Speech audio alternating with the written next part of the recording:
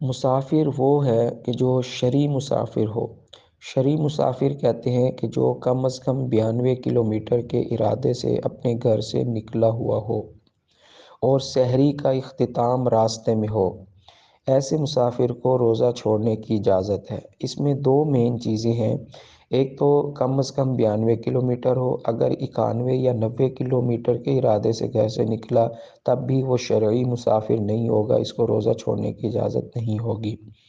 اگر وہ 92 کلومیٹر کے ارادے سے گھر سے نکلا، سفر میں تھا، یہاں تک کہ سحری کا ٹائم ختم ہو گیا، تو ایسے مسافر کو روزہ چھوڑنے کی اجازت ہے۔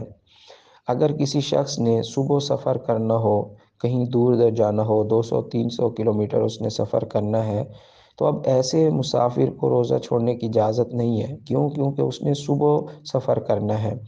دوران سفر اگر سحری کا وقت ختم ہو جائے، ایسے مسافر کو روزہ چھوڑنے کی اجازت ہے۔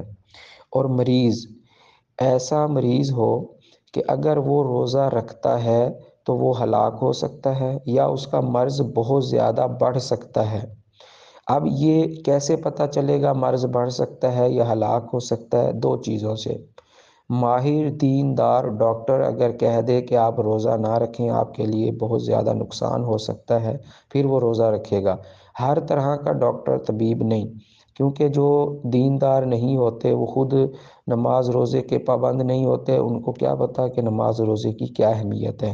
جو خود صلاۃ و صوم کے پابند ہوتے ہیں ان کو اہمیت کا بھی پتہ ہوتا ہے۔ اگر روزے رکھنے والا، نماز پڑھنے والا ڈاکٹر ہے اور اس کو اہمیت ہوگی، تو اگر وہ ڈاکٹر کہہ دے کہ آپ روزے نہ رکھیں، پھر بندہ چھوڑ سکتا ہے۔